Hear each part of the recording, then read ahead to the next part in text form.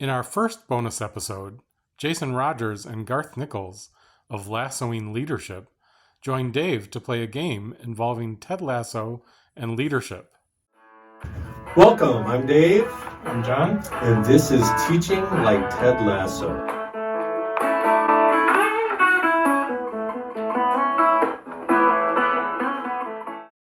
Warning, we expect that you have watched Ted Lasso.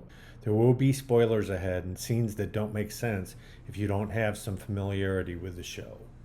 Teaching Like Ted Lasso is thrilled to have our first bonus episode. And for that, we were fortunate to have some co-hosts from another Ted Lasso podcast, from Lassoing Leadership, co-hosts Jason Rogers and Garth Nichols. They're here to join us to talk about leadership. Jason, why don't you tell us a little bit about yourself, and then Garth, you can follow up. Hey, thanks, David. My name is Jason Rogers. I'm a head of school here in Canada at a school called Rundle College. We've got about 1,200 day students from kindergarten to grade 12 and two distinct programs. One that's a university preparatory style and the other is for students with diagnosed learning disabilities. And the unique thing about our program is whether you're in the university prep side or the LD program, we see all students into post-secondary, so 100% post-secondary entrance. And I guess I can't forget to mention we did start a third program called Rundle Studio, which is a virtualized program for students who have diagnosed learning disabilities and neural complexities. And I think we're the first of the kind in North America that do that kind of work. And if you're looking for us, you can find us in the metaverse. It's a real school in the cloud. So that's who I am. That's the work that I do when I'm not doing the podcast with Garth. And that's certainly the highlight of a lot of the work I do is the Lassoing Leadership podcast Garth and I are part of. So I'll take that as my cue. So my name is Garth Nichols. I'm Vice Principal of Experiential Education and Innovation at Havergal College. We're situated in Toronto. It's an all-girls school, a university prep school, K to 12. We have about just over 1,000 students with us. And my role is really around global education, so exposing students to various parts of Toronto, which is a global city. And then we sort of move those circles wider and wider. Recently took students to Nairobi, the Kingdom of Bhutan, and we've got some amazing trips lined up.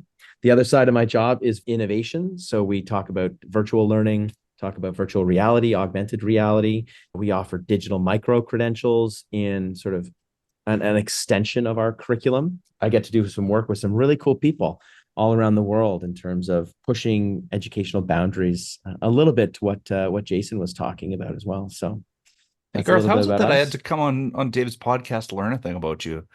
Seems like it's nice to meet you, Garth. I'm looking forward to getting to know you a little bit better. Yeah, thanks, Jason, and you. And Garth, you're working with some AI stuff, is that right too? I mean, everybody's working with AI. You might not even know it, but yeah, so we're exploring some really cool tools that allow students to consider what it's like to work with AI, what it's like to train machine learning, and then what the implications are. So we ask our students implications for themselves as learners, but also more broadly in terms of different industries and of course, the ethical discussion as well. So as I like to say, I love my job. It's so fun. No day is the same. And the students here and my colleagues make this a special place. Jason brought up that sounds like some of the time that you all get to spend together is on this podcast, Lassoing Leadership. How did that start? And how did you get interested in Ted Lasso? You want to take this, Jason? I'll tell my side of the story. You can tell your side of the story. I teach a course a few times a year to aspiring leaders in the Canadian independent schools called Faculty Culture, Organizational Culture. Garth was in one of my classes, and I have to say I was abundantly intimidated by him because I've taken courses from Garth before, and he's extraordinarily talented in the space of design thinking and innovation and all these experiential education bits he talks about. It was in the summer, and I was actually a little bit tired coming off a long school year, and I just finished watching the Lasso series, basically back to back to back. I'd binged it and had some thoughts about Lasso and leadership.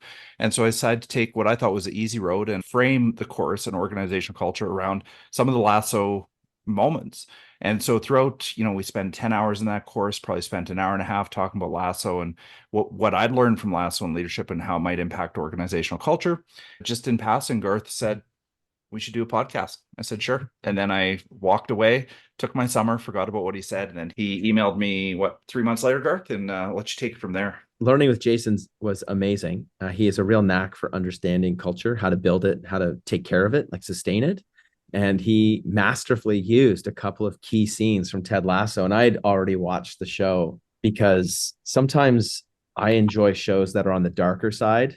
And I was just finding, I needed a happy chaser, so to speak, after some heavy shows like The Handmaid's Tale or something like Oh, that. yeah. And Ted Lasso was a great combination of comedy, drama, emotion, compassion, and leadership. I thought it'd be great to explore this. Jason is a pretty humble guy, but he's actually Dr. Jason Rogers. And I actually wanted to partner with him selfishly just to learn more from him, because he was given in our independent schools in Canada, we have an award for leaders called the Art of Leadership. It's usually given to heads who are sort of leaving the role. And Jason got his a couple of years back, and he is a young man. There's nothing kicking him out the door.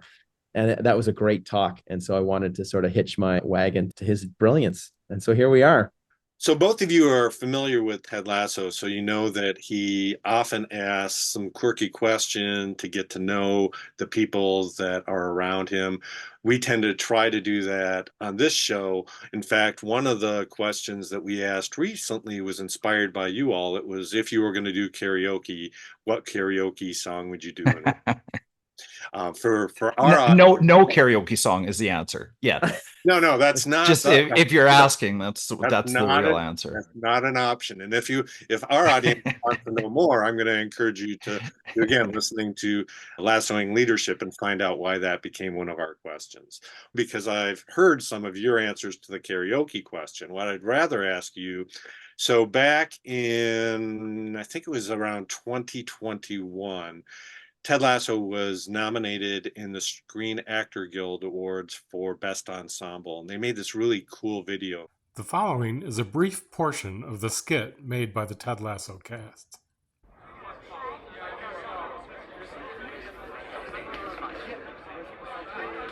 Okay, y'all, let's focus up.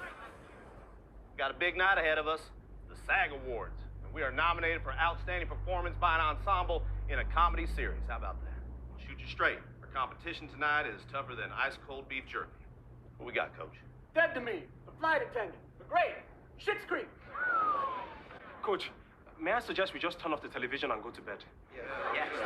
Come on now, I know that's an intimidating lineup, and shoot, I can't think of better ensembles than those four right there. Can you? Who do you think is the best ensemble, or your favorite ensemble, team, band, show, something else of all times? Garth, why don't we start with you? Some default answers. I always go to bands, like I go to music. Some default answers here are like the Beatles, Rolling Stones, Led Zeppelin. But I'm going to go with a lesser known band. It's a band called Elbow. One of their reviews is they are the thinking man's Beatles. This band I think they're on their 7th or 8th album. They are absolutely brilliant in what they accomplish. I've seen them in person once. They only come to Canada like once every 5 to 10 years. And I went to Danforth Music Hall, and it's an exceptional show. And the reason I know that they are an exceptional band is that in that night, there was not one, not two, there were 3 wedding proposals in that one concert. And if you know the Danforth Music Hall, it's tiny. I'd hate to be the second or the third one, but the way that they interact with each other, their musicianship, and their writing, because everyone contributes to the songs. For me, they are worth a listen. They're a brilliant band. And I would say my favorite song is a song called Sad Captains, which is a song about a hangover, but through the lens of Jason and the Argonauts from that ancient Greek myth. So another great Jason. That gives you a bit of a taste of my music style, but also they are one of the great ensembles of all time. Well, thank you, Garth. I feel like I've learned something already. I'll definitely be checking that out. Jason, What about you? Best ensemble? Okay, David, this was not a straight path. I've spent a couple days thinking about this, and let me take you through my journey. It starts in about 2005. I met a guy named Thomas Clark. Thomas Clark and I connected at our school, the Academy for Students with Learning Disabilities. I'm dyslexic, he's dyslexic, and we were talking about dyslexia. And he's a great leader. And I said, hey, listen, Thomas, what's the secret to leadership? I always want to know. And Thomas said to me, hey, listen, it's about building teams, about ensembles. And I said, okay, tell me more. He goes, I've got a really simple formula, and this is what it is. You got to have 4 players in that ensemble. You got to have a visionary. You have somebody who's going to take care of the bullets, somebody to do the details, and somebody who's going to take on the minutia. Said no role is more important than the other in this coalition, but you got to have somebody who owns a vision, bullets, details, minutia. So as you look around your table, whether it's 2 people, 4 people, or 12 people, who has those roles and who has those talents?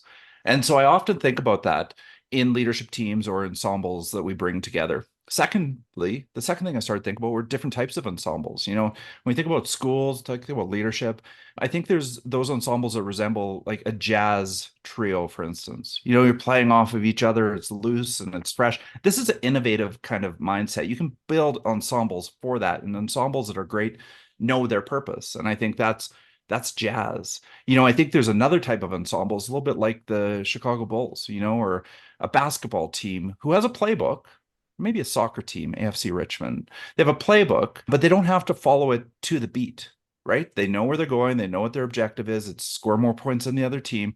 They know the basic patterns that they need to follow, but they don't have to follow the same line, if you know what I mean. And the third type of ensemble is really that kind of orchestra, or that kind of, you know, like the Lasso cast, or like other great television casts. Like I think about Seinfeld.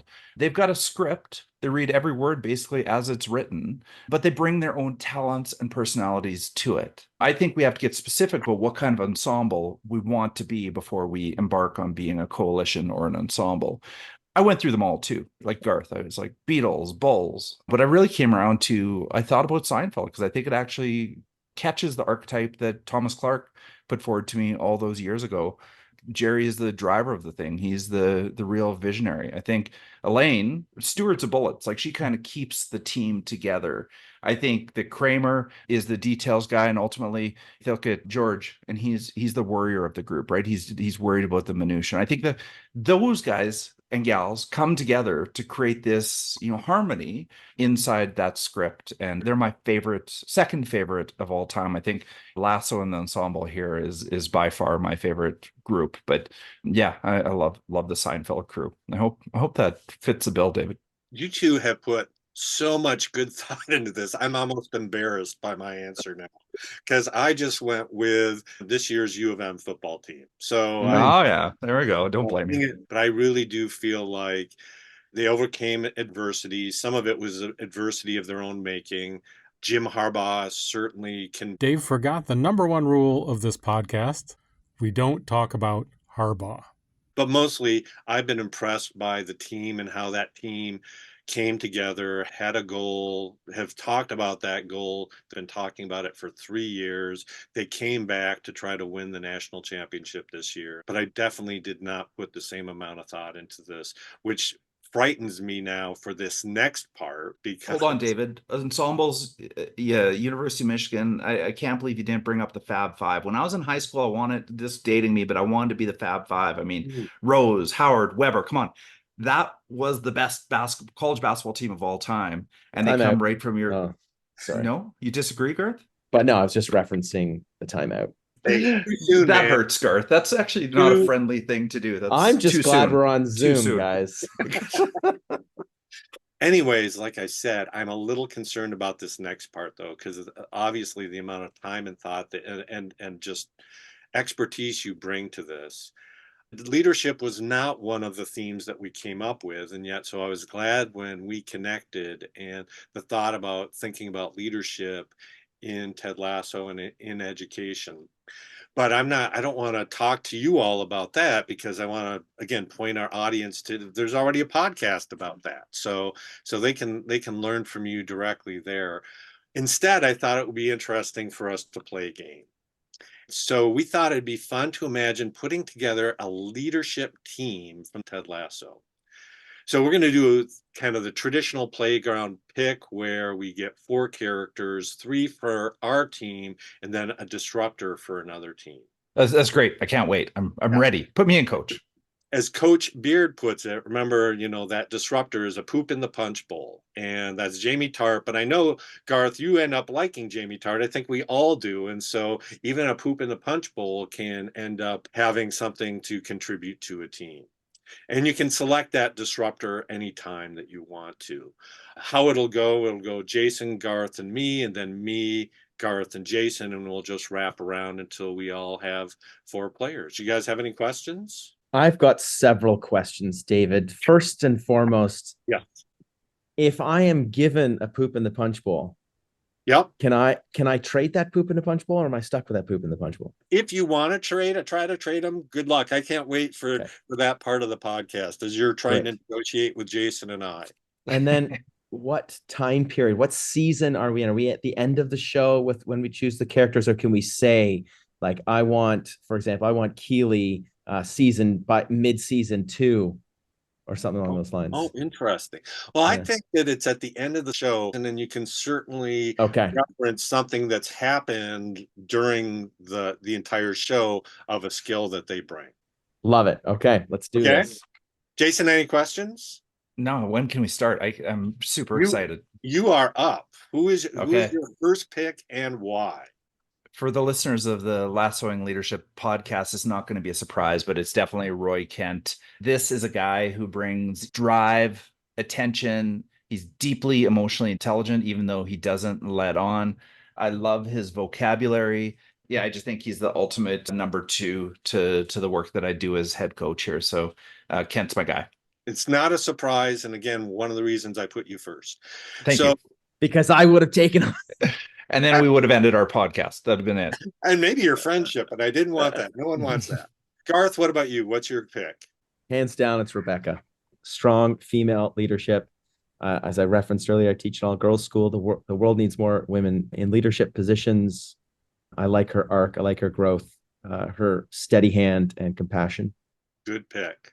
My pick is going to be Higgins. Interesting. Tell me more. I like the line that Higgins is the glue. Nice. I also like in season 3, we find out he has all of these different connections. I think it's great that he navigates both work life and home life. I think that he has so much wisdom.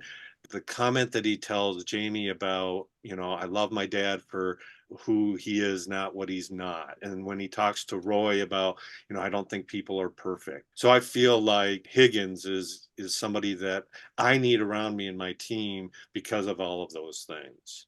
And then I'm going to do the first disruptor. I'm going to give Jason Edwin Akufu. And so what am I supposed to do with that? Maybe you're thinking now about who else you need. Mostly I want you to have Edwin because I can't wait to see him and Roy go at it. I think that would be an interesting dynamic on your team between Roy and Edwin. Okay, well, that might inform my next choice. Thank you for that. Exactly, yeah. So Garth, you're up next. Thank you so much. I am going to take Trent Krim. Nuts. And the reason I take Trent is I like someone who is a doubter, asks really good questions, but also seeks the truth, which I think he really does. Over time, he realizes wisdom. He can start to see the wisdom of the Lasso way, but he does that through questions and referencing the innovator's compass, which, David, I know you're a fan of. Trent Krim is excellent at making observations. Yeah, it was between him and Leslie for my first pick. For that very reason. Yeah, I think he's a good observer of what's going on. He certainly is able to articulate, and he's a great communicator too. So I think that's a strong choice. Jason, we got our work cut out for us here.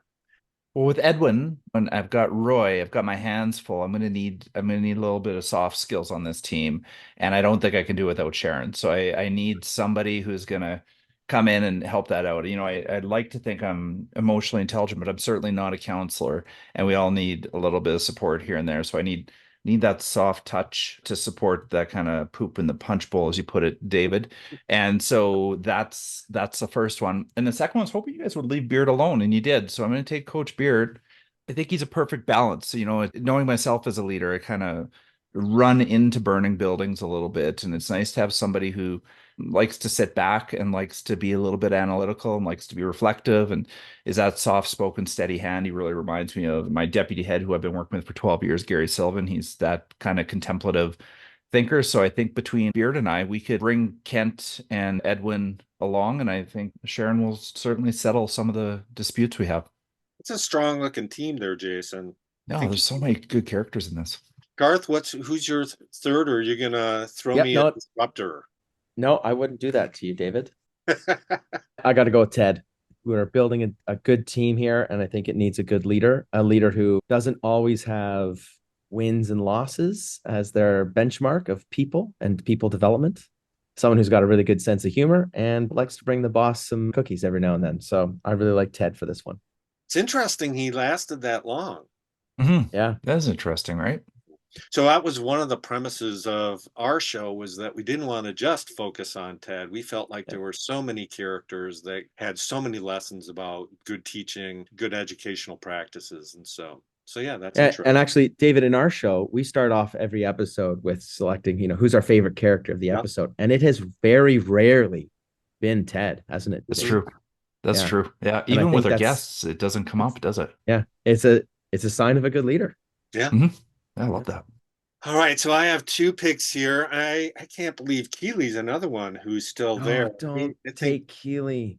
I think Keely is amazing in terms of what she has to offer creativity wise. We've mentioned, I think all of us have mentioned several times, this emotional intelligence and what she has there. I think she's also a very good observer, and I love how she's always looking to lift other people up, and I think that she would be good there. And then I think that the other one is going to be Nate. I think Nate is an idea guy. Nate is someone who Ted calls him a genius. His dad calls him a genius. I think that he has something to contribute. I think that there's certainly work to be done. And as you all have pointed out on your podcast several times, it feels like, especially in that second season, Ted could have derailed some negative impulses on his part. But I think in the long run, again, this is why, Garth, to your earlier question, I wanted the long one. At the end of season 3, at the end of this arc, I think that he shows who he is. Well, let's save me a poop in a punch bowl for you. I was going to actually give them to you. So that's well done. Thanks for that. You just opened up a pick on my side. All right. So, Garth, I think you got to give me it, unless you're going to give yourself a poop. I guess you could give yourself a poop in the punch bowl. No, I'm going to give you Rupert Manning. Ew. Yeah, I found it very difficult to see any redeeming qualities in him. Even when he took Nate under his wing, it was very different than when Ted tried to do the same. Unlike Edwin Akufu, I think Rupert has blinders on, has a set path for his life, and he's a real poop in the punch bowl. That is going to be problematic with him and Nate. I'm worried again about that same dynamic going. I do think that we did get some insight in later in, again, season 3, where Rebecca was able to kind of access that that childlike nature of his and his love of the game, and there might be a way for me to manage and handle that, but I am not. I think Keely's your answer. Yeah, Keely might be the answer. Yeah, that's a good point. Yeah, and also Higgins and he had a kind of a negative relationship early on too. Although Higgins, I think, has come to regret that. Yes, and is looking to make amends, and so that might be the case. But that would be an interesting group there. I suspect you're going to need Sharon more than I will. I can lend her to you when you need her. Maybe I can just access his money. Maybe that's where he can. There you go.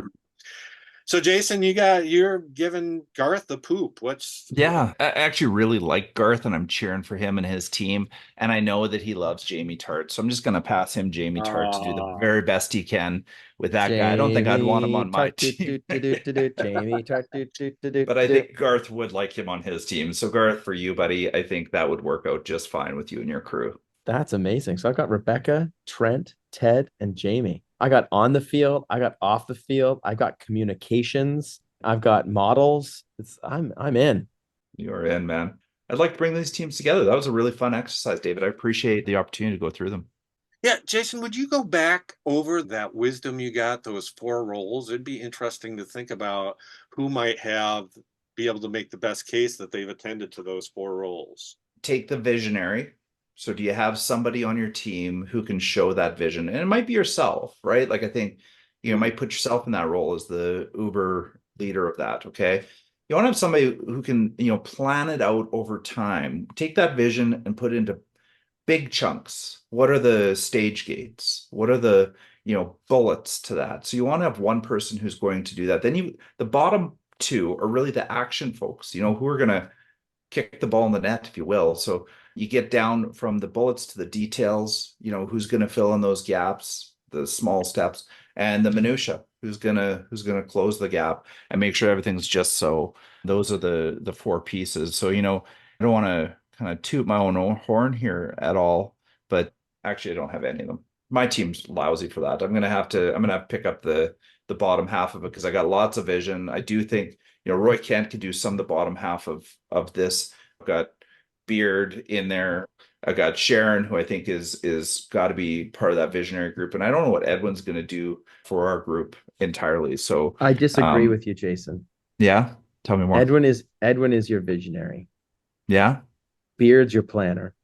Yeah, he's a great coach. Oh, yeah, he is a great totally coach. You right often see him working there. I think that Sharon is your actioning these smaller steps, the details. Like she's able to work between people. And then you've got Roy with the minutia, the person who's going to kick it into the goal. Like my friend, I'm feeling much better about this team already. Thanks for reframing that, Garth. I'd feel pretty good coming in third with that team. Yeah. It is not a competition. It was just... not a close one. Not a close one. So Garth, you're saying you think that you've nailed it? David, you and I need to have some more time together because I don't know how you're going to have Nate and Rupert on the same team. Higgins is going to be a pushover and Keely's going to be drowning, trying to keep everything alive. But with my team, I mean, I think Ted is the visionary, believe it or not. I think he's going to make this team bigger than, the sum of its parts. I think that we've got Trent who can do some planning. Like we've seen that before. He's a writer. He knows how to structure things. Rebecca gets stuff done. Yeah, she does. Yeah. And Jamie, season 2, episode 10, No Weddings and a Funeral. He has come full circle. Compassion, empathy, drive, ambition. He knows what he wants to do and who he wants to be. And he's going to make it. He is going to kick the ball across the goal line. Winner, chicken dinner. Garth, I give it to you. And it's I'll take the assist on that though, because I did give you Jamie. That's true. Like you did, and I really appreciate that. I know that you've got trouble with him. So well, wait a minute, Garth. I think that you've given me though the key to making my team work. I think that if I make Rupert the visionary, much like you were suggesting Edwin visionary, right? He's got a view, he's got a vision. I've got Nate, super genius planner, right? He can do the planning and things like that. And boy genius. He's Wonder Kid, right? It's true. It's true. And Higgins definitely can, fill in some gaps, and Keely can bring it home. I think Keely and Nate, they're hungry. True. Anyways, like I said, there's no winners or loser here. I feel like a winner just having been able to spend the last hour plus with you guys. This has been a blast. Yeah. I appreciate so much what you bring to your own podcast and what the leadership lessons that you're sharing with your listeners and now our listeners. And I hope that we can cross paths again sometime. David, this has been a lot of fun. Thank you so much. Yeah, thank you so much. If you have ideas for a bonus episode related to one of our themes or something new, please contact us on Twitter @LikeLasso or via email teachinglikeTedLasso@gmail.com. We look forward to hearing from you. Please check out our show notes for more resources.